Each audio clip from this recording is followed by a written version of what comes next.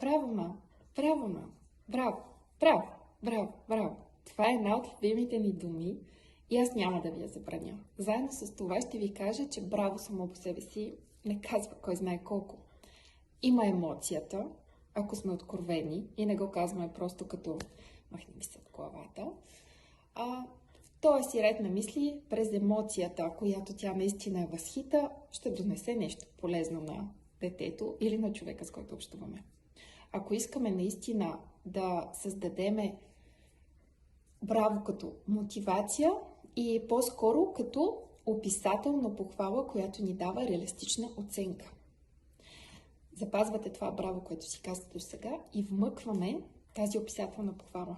Представете си, че имаме снимка и това или видео, което тече в момента. И описвате на човека, на който искате да подарите бравото, какво виждате. Виждам, че си прибрал купчетата в кашона. Това се нарича организираност. Браво, мамо. Кажете си го. Или пък, виждам, че седиш и пишеш своето домашно. Това се нарича концентрация, отговорност. Браво, мамо. Виждам, че днеска сложи чиниите за вечеря. Това се нарича съдействие. Благодаря ти. Браво. Може да ги комбинирате с благодаря и благославям.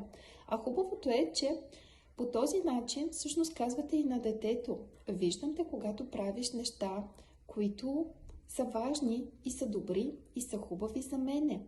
А не само търся онези моменти, когато нещо не ти е наред и се фиксирам за тях. Така че, браво, скъпи родители, за желанието ви да научите повече, гледайки това видео. Браво на вас! Това се нарича любопитство и първи стъпки в осъзнато родителство.